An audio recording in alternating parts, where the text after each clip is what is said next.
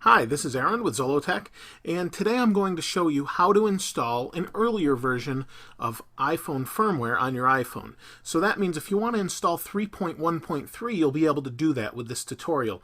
Now, I showed you how to downgrade from 4.0 before. This is not that tutorial, just check that one out. This one is the actual, for those people that are getting that error that says you're not verified or something along those lines with the Apple server. So since this is an older version of firmware, you should be able to be allowed to install it, but because you can't, this will help you out. So what you're going to do is you're going to go and open Terminal on a Mac.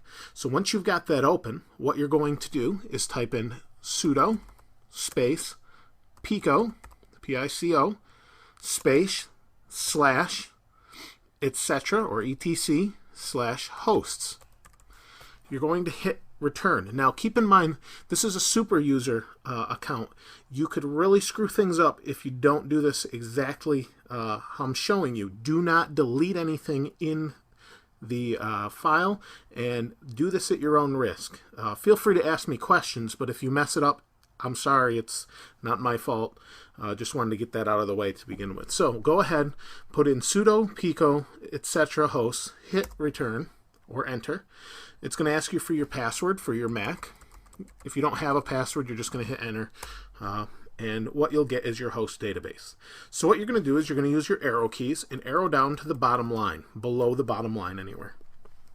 And what you're simply going to do is type in 74.208.105.171 space gs.apple.com. And what you're doing is you're telling this, instead of looking at Apple's servers to verify, you're looking at Cydia's server to verify. And they're the ones that do all this, the different jailbreaks and things. But they've been nice enough to allow us to use the firmware of our choice on the iPhone. Now, I do like the iPhone, but still you should be able to use whatever you would like on it. So go ahead and put that in. Once you've done that, you can simply hit Control X to exit, and before you do that, it's going to say Save Modified Buffer. You'll hit Y for yes, and you'll be done. And that's all you need to do. Now you'll be able to install that earlier firmware. Well, if you're downgrading from 4.0, though, keep in mind you're going to have to do another process of going into the terminal, downloading a couple programs, and doing a few steps. So if you need to do that, see my other tutorial. So once you're done and you don't want to point to this server anymore, you can simply do this in reverse. You'll do that by going into the terminal, putting in sudo pico etc hosts, bringing up your host file and removing that line, exiting, saving, and you'll be all set.